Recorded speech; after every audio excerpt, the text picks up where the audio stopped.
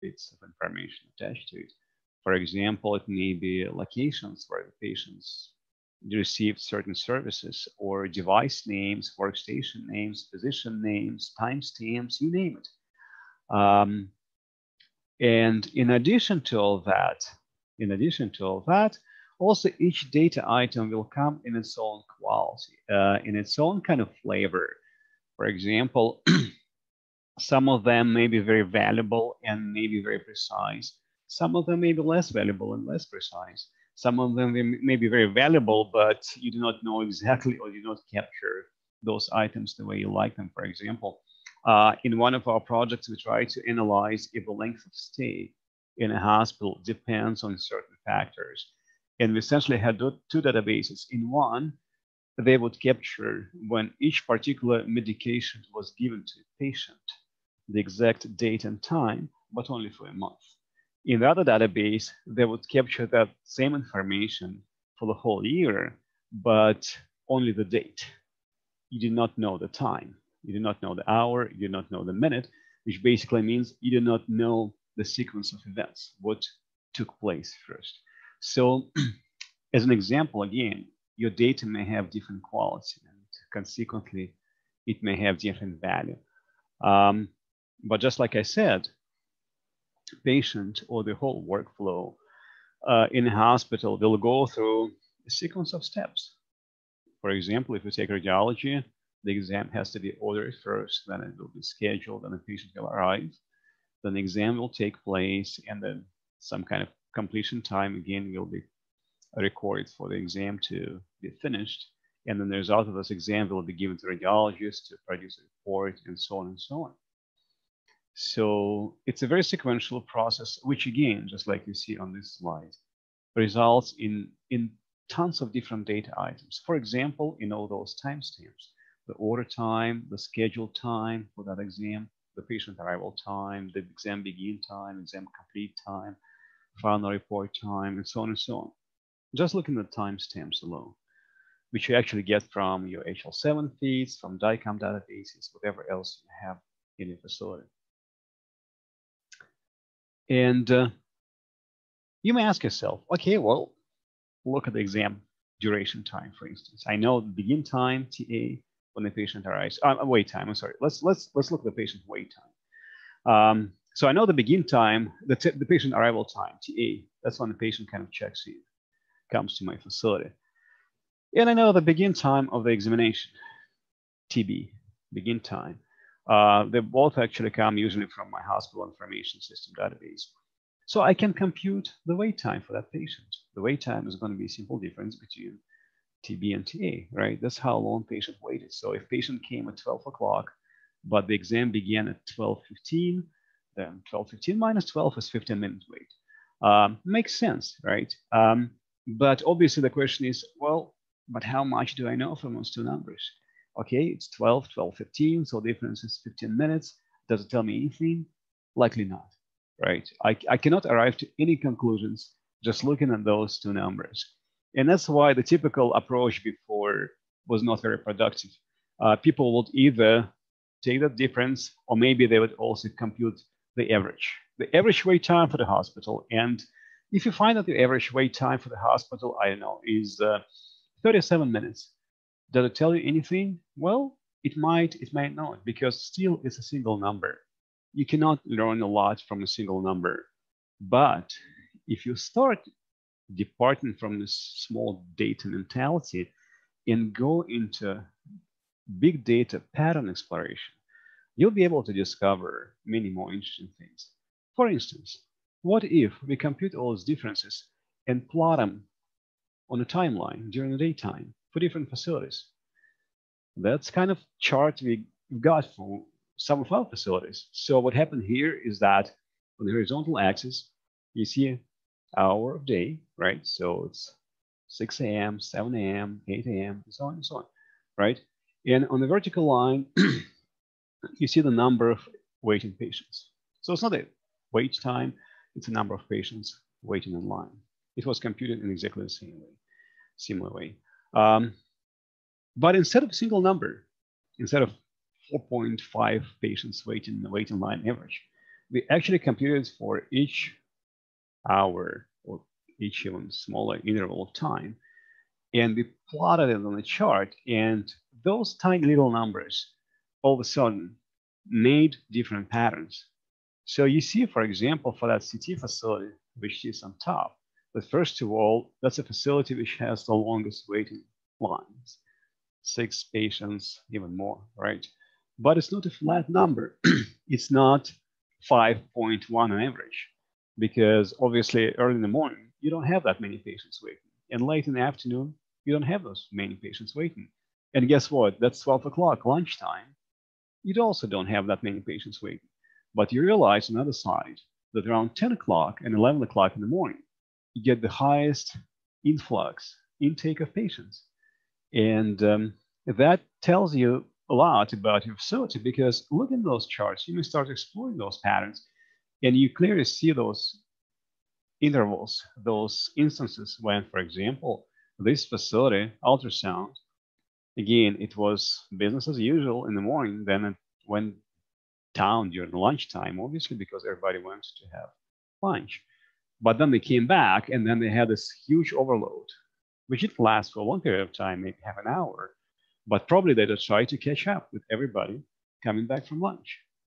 By the way, somehow it did not happen in CT, but for the same reason, it happened in some other locations.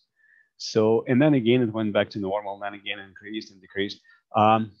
So what this simple example illustrates is that if you depart from a small number mentality, if you stop computing those averages, which really don't tell us much, and we start looking at different patterns, we will get a much more complete story of what's really going on with our facility. And I'm just using this wait time and wait line as an example. So the whole purpose of using operational data then can be illustrated with this wonderful chart. So you always start from a problem, essentially, well, which kind of precludes this data point.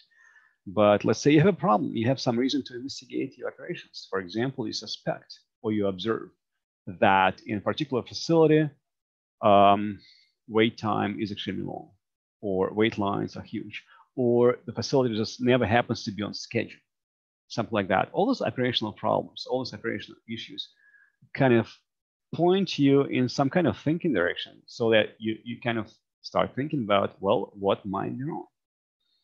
But let's say 15, 20 years ago, the only way to answer the question, what might be wrong, would be probably to grab some kind of notepad, go to that facility and spend hours and hours sitting in that place, observing the workflow and trying to figure out what's not working. Well, still possible, but it takes a lot of time, right? And what also happens, once you come and observe something, quite often your presence will distort the observation. People will not work the same when they know that they have been observed. But recently, since we already had digital medicine and all these information systems for decades, a couple of decades, in some hospitals at least, and they have accumulated gigantic amount of data. I mean, we have years and years of data in our hospital with all those timestamps and all the other bits and pieces of information. Instead of taking notepad and going someplace to observe, we can actually connect to this database and pull all this data and look at this data and see if we can extract some meaningful patterns. And once we know the patterns, we'll see if we can find some logic behind those patterns. For example, if we see that wait lines and wait times go down around 12 o'clock, the logic piece is, hey, that's a lunchtime. That's why it happens, right? But sometimes it's not that easy to explain. Well, and then once we know the logic, or once we know some kind of new logic we discovered, that should help us to improve our workflow and to change our actions, and hopefully to get some results, by which I mean the improvements. Some kind of improvements which we can derive essentially from studying our data. And if the improvements do not happen, we just keep iterating through the same loop. We look at the data again after this action took place and see if anything changed, and so on and so on and so on. So not only data gives you the initial knowledge, it also helps you control what's going on, and it also helps you even prove that you have achieved some results. Because people would say, oh, well, after that change, the workflow is so much better. But it's just an anecdotal story, right? The only way to verify if it's better or not would be, again, going back to the same data and see how the data has changed. And does the data actually show any improvements? So actually, I forgot to ask you. Feel free to interrupt me at any time. If you have any questions, it shouldn't be me talking all the time. So if you have any questions, feel free to voice it or just put it in the chat. I'll be happy to answer.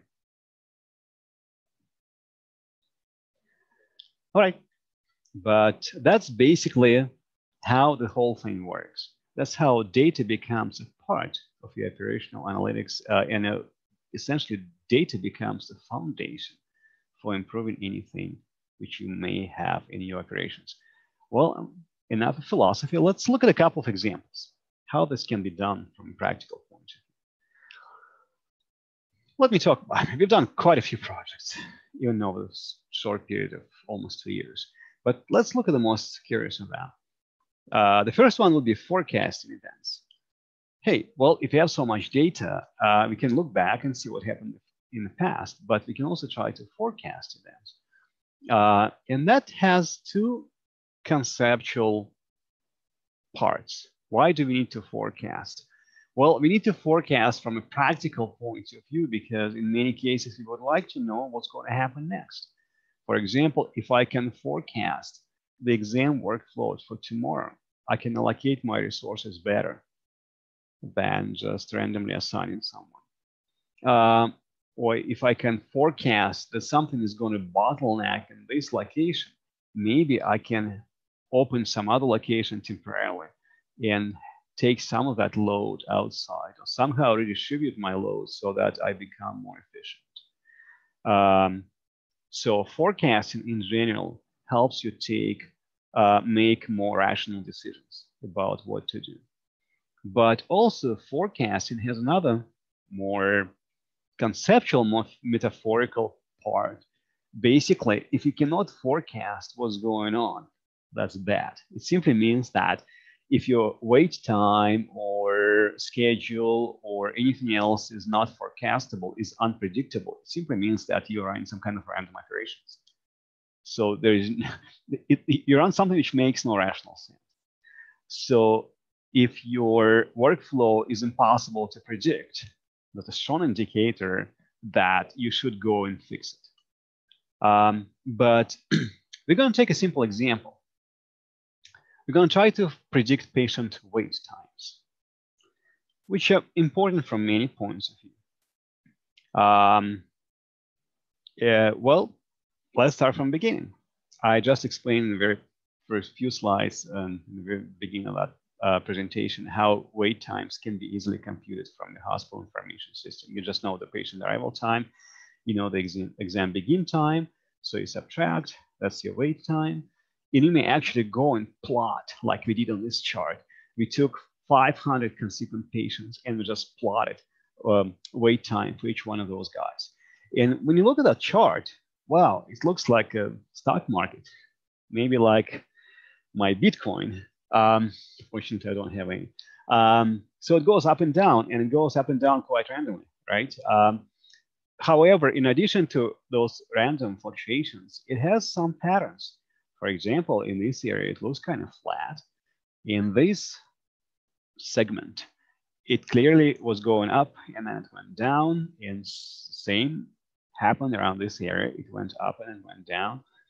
But also, yes, it does have some kind of very strange random outliers, which happen in the middle of nowhere, like this place or that place, patients who waited too long.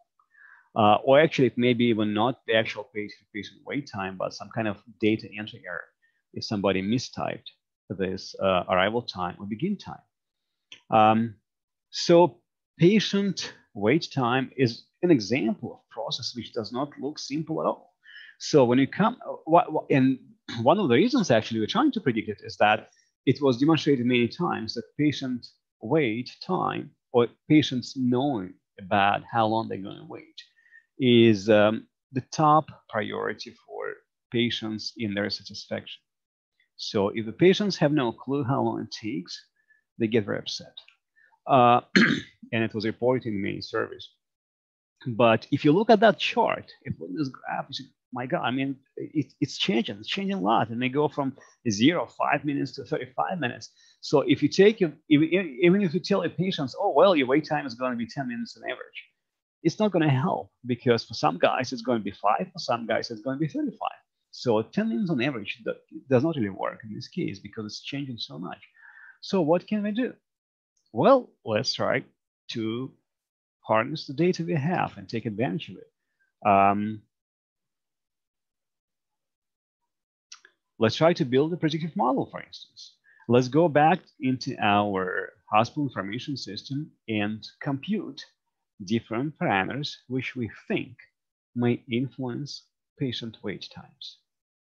So if you go to your informational system, it's not a very complicated exercise. You can actually find enough data usually to build a few predictors which you think may influence patient waits. For example, you may compute wait line sizes, right? If the wait line is too long, that most likely patients will be waiting long. You may compute utilization factors. You may compute exam types and durations and patients' flow rates, like how fast they arrive to the hospital at different times, and so on and so on. All this can be extracted actually from the hospital information system. I'm not giving you the formulas right now because it's not that important and for the sake of time. But it's possible. It's possible to build a whole lot of predictors which may be influential for determining patient wait times. And that's what we've done in quite a few of our projects. And actually the approach was, let's try all of them. Let's try build all possible predictors. We published it a few times as well. And we still actually work on this project, trying to refine it even more. But when you have a lot of predictors, what you would do next, you would try to build some kind of mathematical model, which would use all those predictors. But what you can also do, you can take, let's say, the original 27 predictors, and you can build a model which is using all of that. But then you can run some process which is called predictor elimination, which will try to remove the least important predictors. Because what happens in many cases, your prediction error will drop down with a few initial predictors. And then when you add more and more predictors, it virtually stays the same. So what it says, this chart, is that really you don't need 27 predictors, most likely. Most likely you can run some predictor elimination technique, which will remove the least important. And you will be left only with the most influential predictors for your patient wait time. And that's exactly what we've done. We began with 27 predictors. We ran the predictor elimination technique. And believe me or not, we ended up with a very simple formula, which looks like this. So in this formula, let me explain what it is.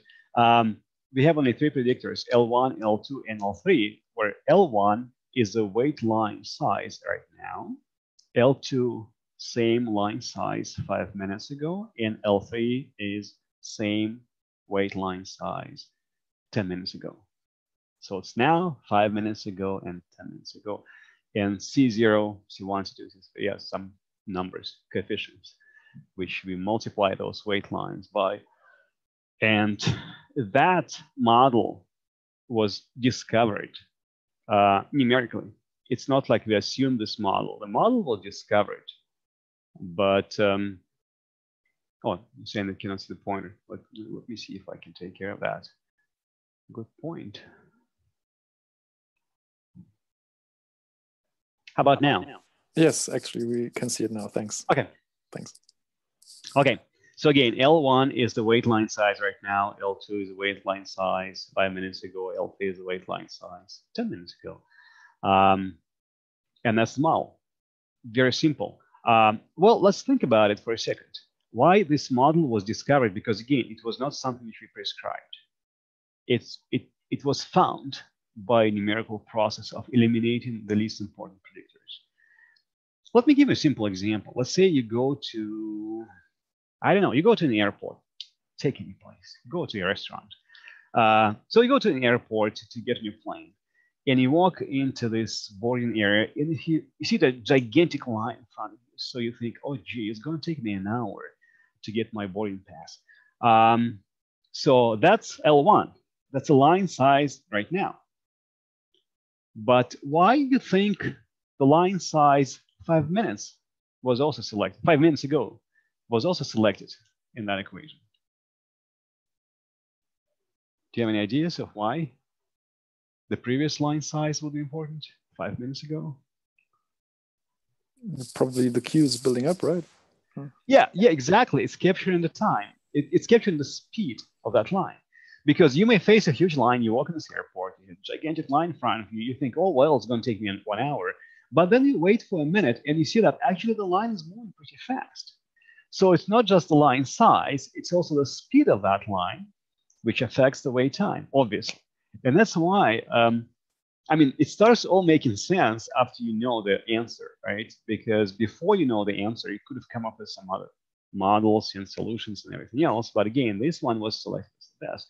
So that's why I actually picked also not just the line size right now, but the line size 5 and 10 minutes ago, because that's how the model knows how fast the line goes. And so, Oleg, can I just interrupt you? There is a question from Eric from the audience. So how did you actually measure the wait line size? Wait line size is a good question. Eric, do you remember? Okay, let me scroll back. That's the easiest way of doing that. Yeah, so that's where we are, right? So we know this process. We know for each patient the arrival time and the begin time. So how do I know the size of my waiting line at any given time t? Let's see if I can draw, right? So let's say I'm asking, what is my wait line size at 12 o'clock today? What was it? Obviously, I was not sitting in that room counting people. I want to know this from a database. Well, to answer this question, all I have to do is I pick my time. Let's say I say, okay, well, my tea time equals to 12 o'clock. And I go to my database and I count all the patients such that their arrival time was before 12 o'clock, but their exam begin time was after 12 o'clock, today on the same date. And that's exactly how I know the size of my waiting line. You agree? Because I count all the patients who have arrived before this time, but who haven't started their exams yet. Yeah, right. That makes sense. So Eric just answered that. That makes sense to him as well. Okay. So it's a good illustration, again, how data and databases save you from all those trips to waiting rooms and observations, everything else. So that's how I know that. And switching back to my pointer and scrolling back to my slides. So that's how we know it. And that's how we can compute line sizes at any times. All right, so wonderful. We discovered, not arbitrarily, but through the process of elimination, we discovered this process. And look what happens. Okay, the same data, the same black line in the background shows the actual wait times as we observe them.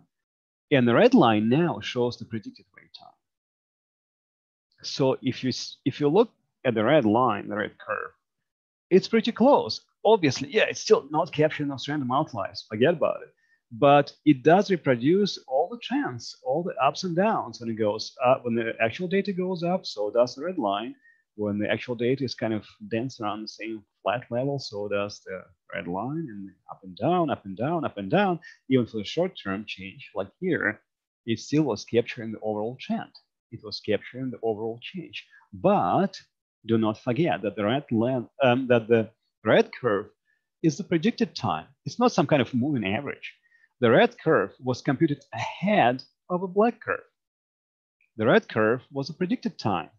So when we computed this red point, we do not know the black point behind it yet. The red curve runs ahead of time. We simply overlap now using this historical information to see how well it predicts. But it looks like a pretty good prediction. From a very simple model, again, which uses only 3 parameters, only 3 line sizes. That's what it does.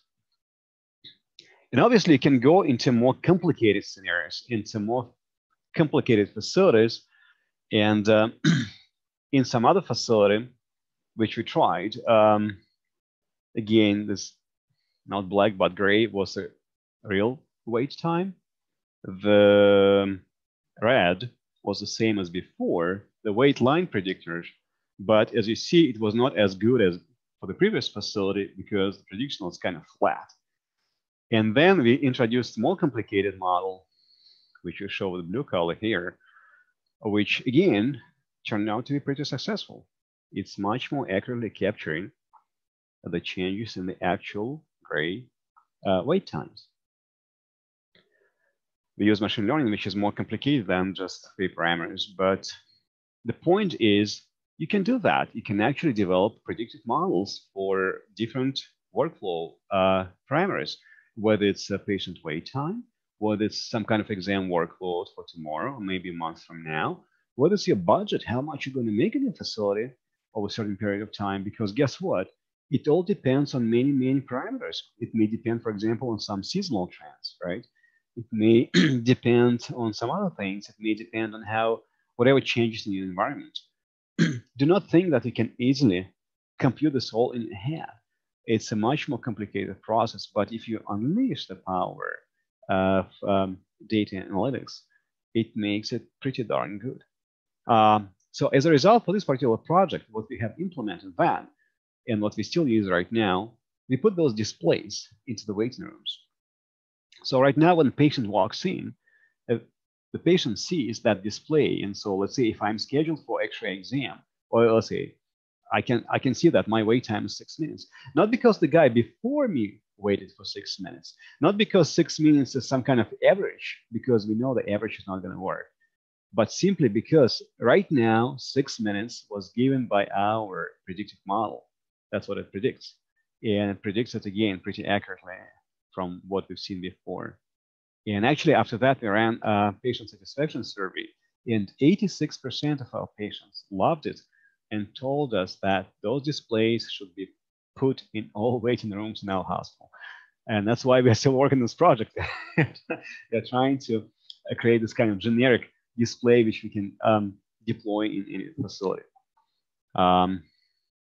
Let's see what time we have. 12:30.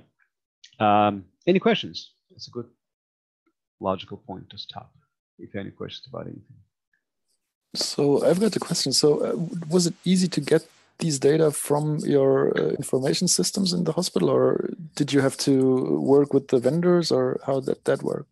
In our particular case, it was easy because it just worked with our IT department. All right. Now, our IT department already kind of took care of that, but I hear you. In many cases, it's very painful. And it's very time consuming. And you're totally right. Sometimes it depends on the vendor who would say, well, you know what, I don't want to give this information to you. Forget about it. Sometimes it depends on some kind of even legal departments or some kind of red tape in the middle who would say, you know what, you cannot have this information because of something, right? In this particular instance, as you would imagine, not only we have to get this information, we also have to get this information in real time. Right, we have to get this information in real time, which is even more challenging compared to just getting it somehow for the past year. Right. So yes, you're right. In some other projects, we do have this complexity of, first of all, finding even the data, and secondly, getting it on time. So there's another question from Eric.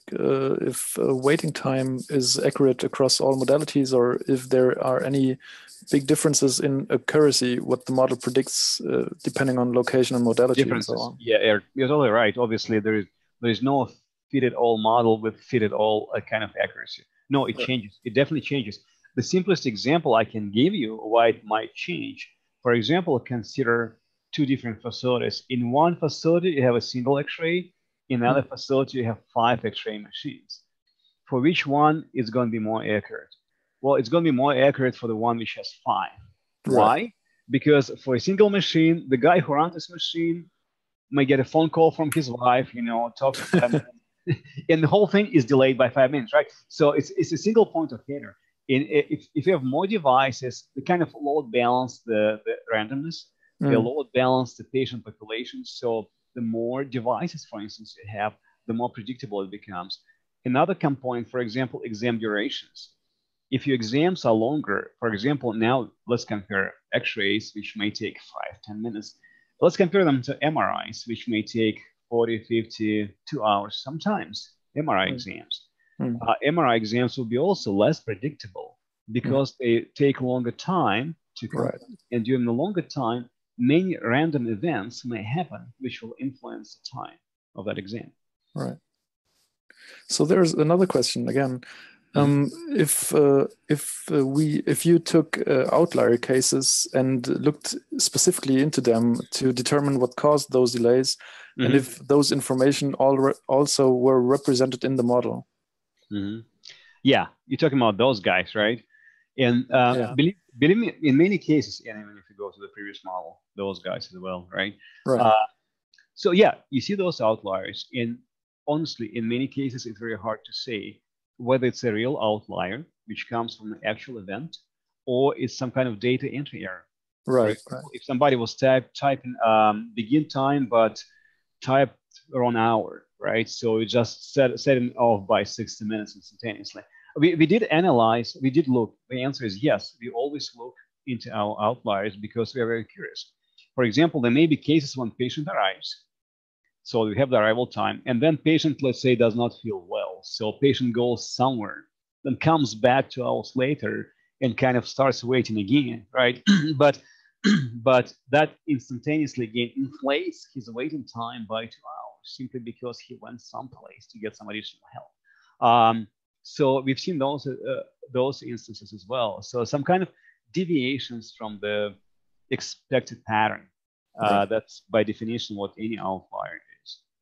Right.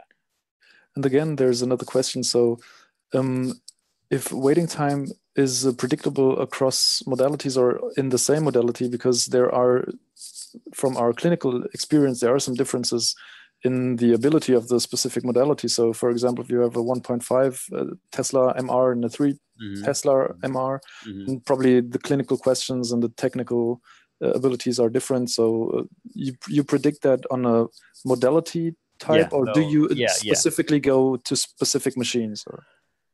We do not go to specific machines. Let me explain you why. Because let's say you have two MRIs, right? And one is 3 Tesla, the other one is 1.5 Tesla. And they assume they all sit in the same location, right? So we're talking about the same waiting room, right? We thought about it, but what's going to happen in this case, for some of your patients, they will have to go strictly to the 3 Tesla MRI. But for some other patients, it makes no difference. So if 1.5 is available, you may shift this patient to 1.5, right? For some kind of need.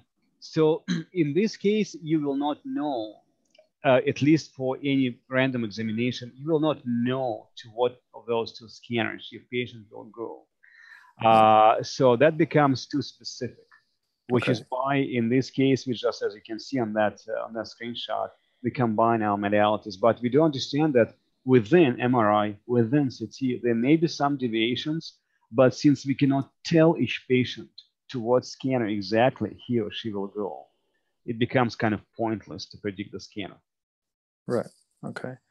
So, and just one question for myself again, did you only do this to aiming at patient satisfaction, or did you actually reduce waiting times with some of the insights you've got? Satisfaction was the first point, but then it led to whatever else happened. For instance, let me give again a good example. I mentioned that outliers may come from incorrect wait time data entry, right? When somebody was typing TA, arrival time, or TB, exam begin time, and just didn't type it right. Made a mistake or rounded to the next hour, or whatever else. So what happened, and it was quite interesting, when we just rolled out this project, and this display was just set up in one of our biggest waiting rooms, imagine you're a patient, imagine you walk in and you see instead of 6 minutes, 66 minutes, right? You will start screaming like, what? I have to wait for an hour? I can go home and come back like in an hour. I have a lunch. So the patients would complain to the staff members. The staff members would grab my phone number, call me, and complain to me. Oh, your display does not make any sense. Why is it 6 minutes? Because at this time, we do not have any delays. You're kind of staying on time. Why does it show 66 minutes? But then they'll do exactly what I explained before. They'll try to investigate why 66 minutes instead of 6. And Right. you'll find out this instance that somebody just put wrong time, made a manual data entry error. So, Right. and we would kind of answer it back to them. So as a byproduct, for example, of that wait time display, they became more cautious about when and how they enter those timestamps, because they know it now. They know if they do it incorrectly, it will upset the model, it will upset the display, it will upset the patients. So they have to be more accurate. So that was one outcome. But for staying on time, just like you said, yeah, that's a big factor of that too, because if you see that your predicted wait time again is 66 minutes, and you know that you may catch up only by 10 minutes from the next exam, you're in trouble, right? Right. You can go from 66 to 56, but it's not enough. Right. So any more questions from the audience? Just give them a minute.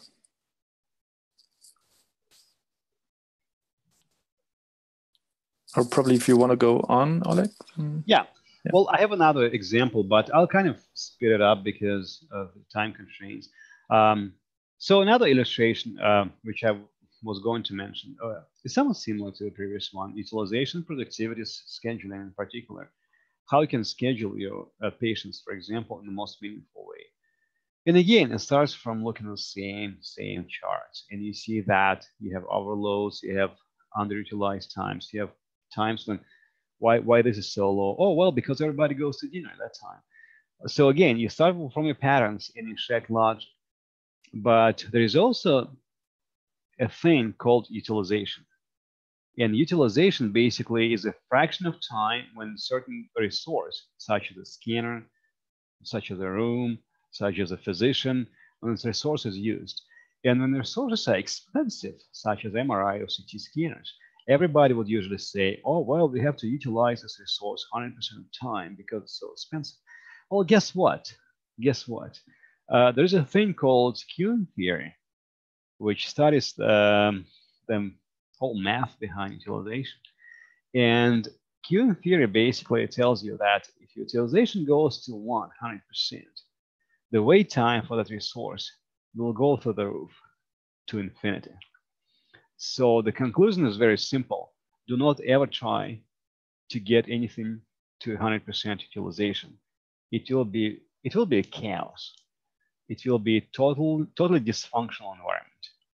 Why? Because when you get to very high utilization, you lose all these cushions of time, unused time, to which save you from random events. So that if anything goes wrong, you have no time to accommodate this deviation from normal. So that's why actually that happens. So it makes total intuitive sense. And actually, when we looked at our facilities and we extracted the actual data, not this graph from the previous slide, which came from the theory, but that's a real graph from what we observe. Wait in line versus wait time. In this case, well, line was a metaphor for utilization. Same thing. The longest, the more your facility is loaded, the more is the wait in line, and the more is the waiting time.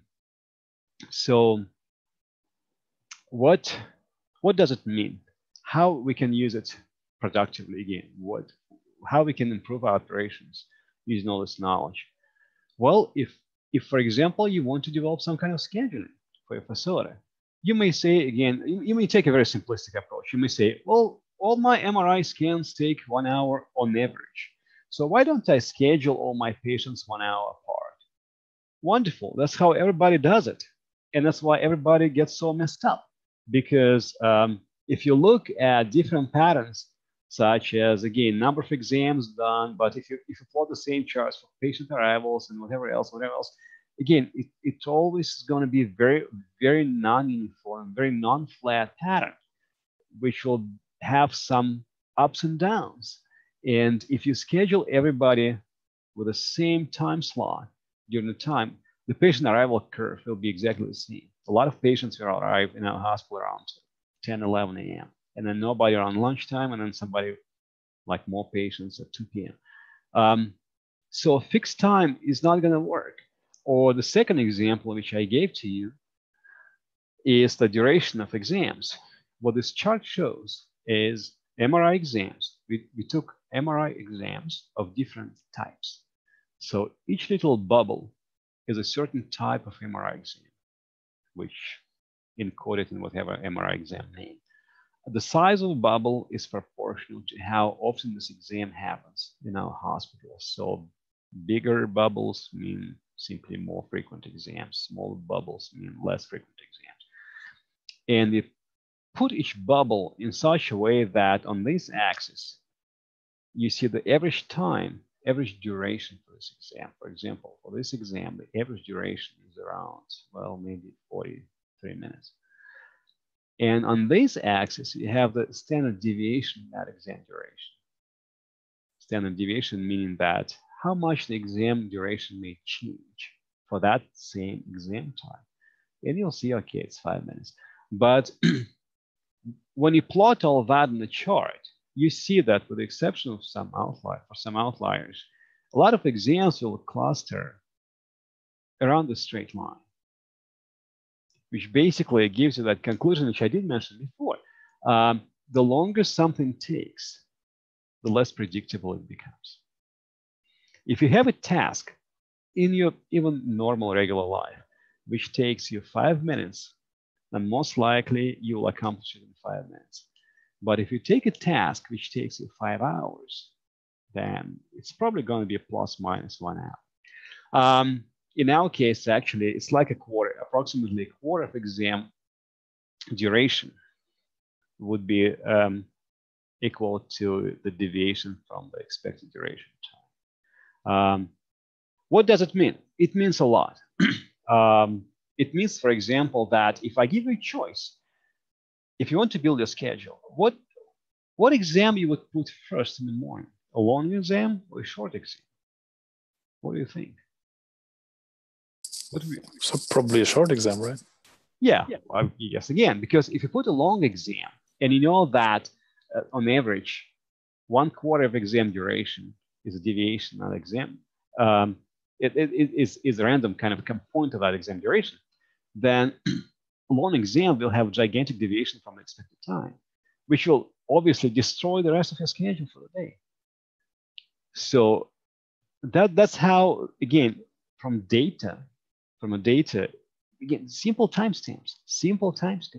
But when you take too many, when I have many enough, so that they start forming patterns, that's how you go from a data into your patterns, then into the logic, which in this case tells you that, oh, wow, it's proportional. And then you can feed it back into the workflow so you can build scheduling models or optimal scheduling models, which actually take this into account. And your schedule becomes much more feasible and much more reliable simply because you accounted for that fact that nobody before even thought about. And yeah, there's a math behind it, and you can build linear programming models, which is a part of mathematics, which takes care of scheduling problems. But look what happens. This is before and after kind of chart. So that's a mean delay in exams before we introduced modified optimal scheduling, before and after. And the difference is visible, right? It went from half an hour to close to 0. Well, then it's still fluctuating. People sometimes take time to get used to a new schedule, but again, eventually it goes down to 0. So you essentially eliminate delays simply because you learn from your data. You constantly learn from your data, and the data tells you a lot of wonderful stories. But to conclude, challenges basically mean conclusions. What are the challenges in all this? Because it sounds almost like trivial, right? You take your data, you do some analysis, you see some patterns, and wow, you discover new logic. Let's go back to the workflow and implement it. It's not that easy. If you go to PubMed, and I do it every single year, and you do a search for some buzzwords like big data, operational data, whatever else, in the medical resource, right? You see that the growth of publications on that subject is exponential. Over the past few years, it just exploded. But if you come to the hospital, you end up in the same line, same big waiting line. Implementation, by far, is the most difficult part in any operational project, because operational projects are not about writing papers, they're not about doing presentations, they're not about even doing nice webinars like today. Operational projects are about, by definition, about achieving improvements in the workflow. And those improvements, by the way, have to be proven. They have to be illustrated by the same data, just like I showed you in the previous slide, right? If you can demonstrate from the same data that that's what we had before and that's what we have after, yes, that's a proven result. But if you cannot do that, essentially that means that you failed. So implementation is challenge number one.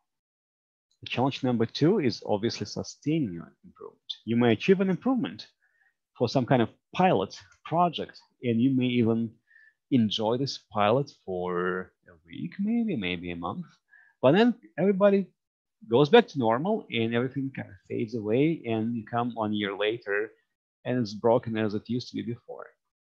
So pilots and going beyond pilots, sustaining improvements is a very important piece and a very important challenge as well.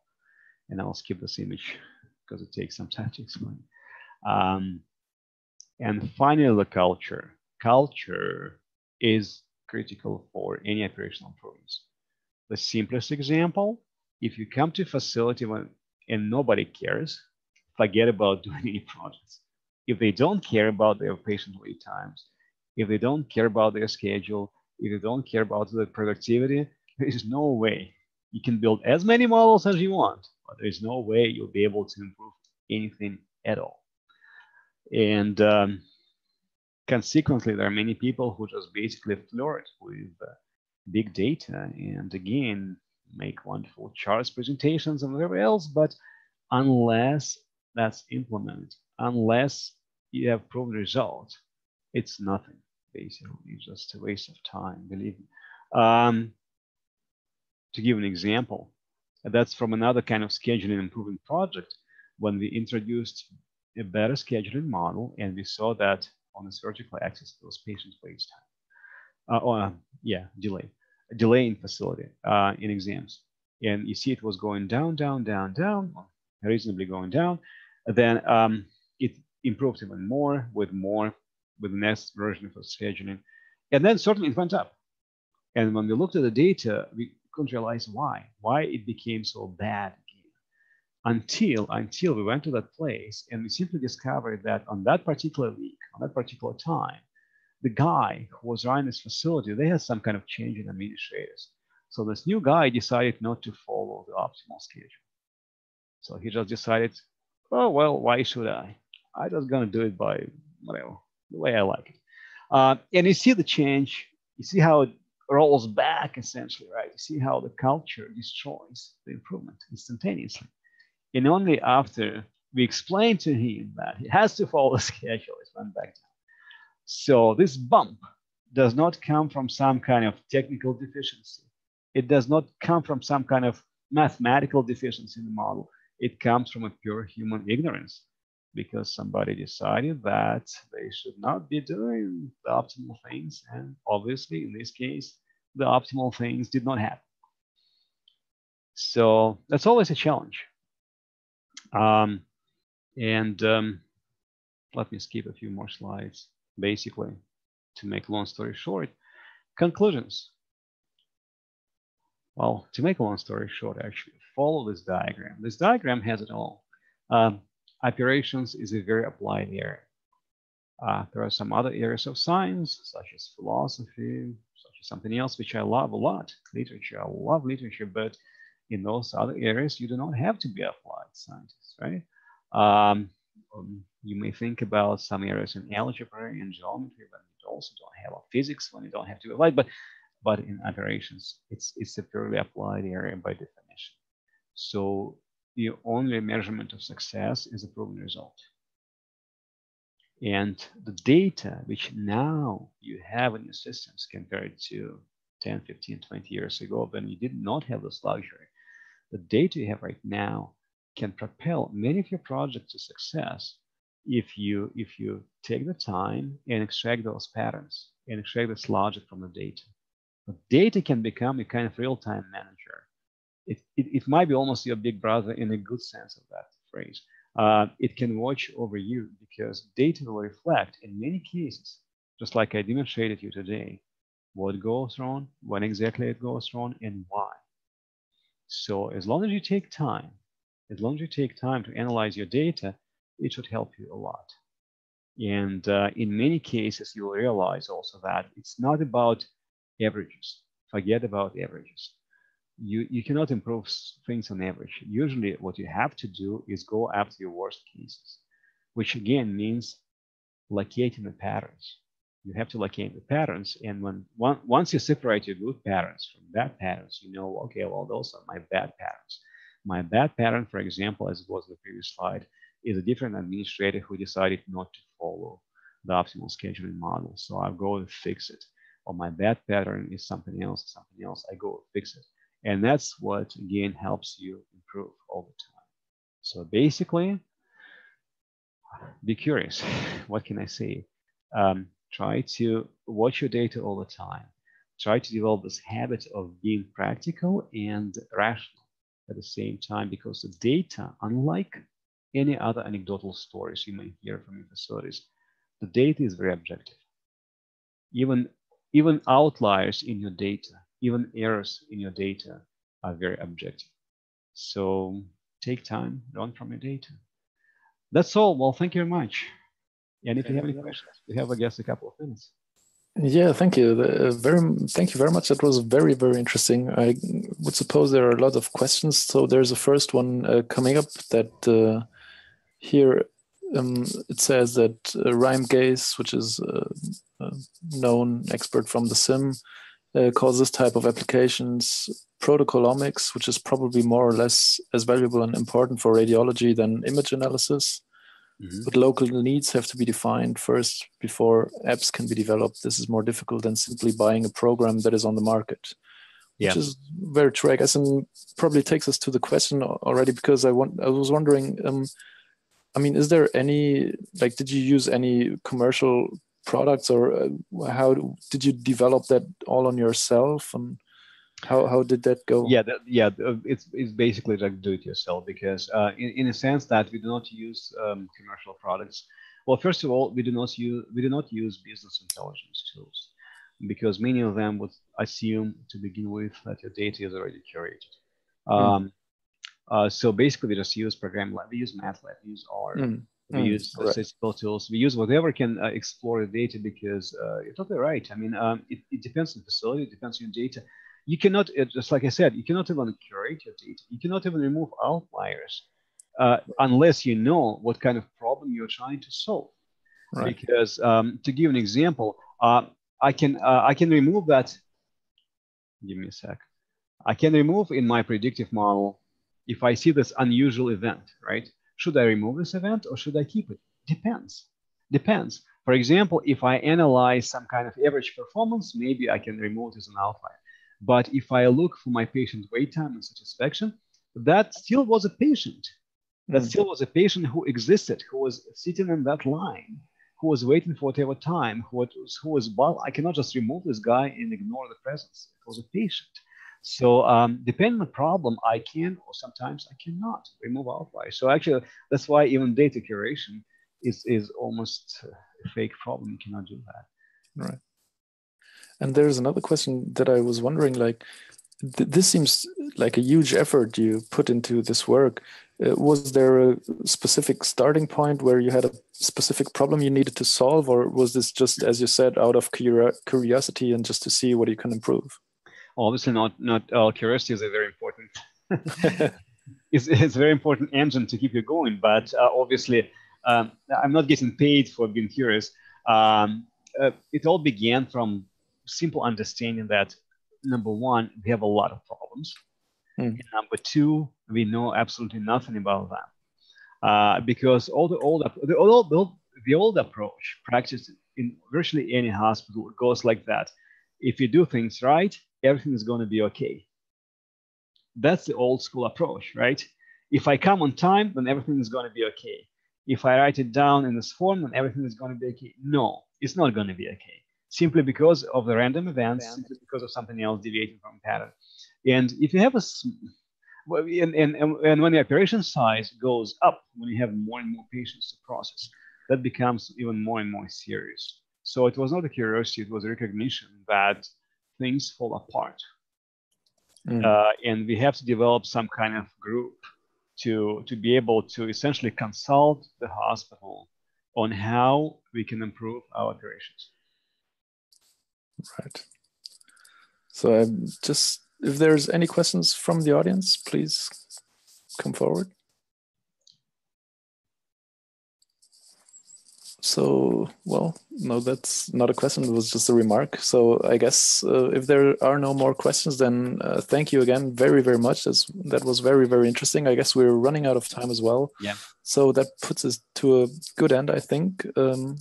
I think everybody knows we have recorded that, so that will be available on the Usomi site. If you're not a member yet, then consider that, or yeah, and join us for the next webinar. And Oleg, thank you very, very much. Well, thank you very much for having me. Great pleasure.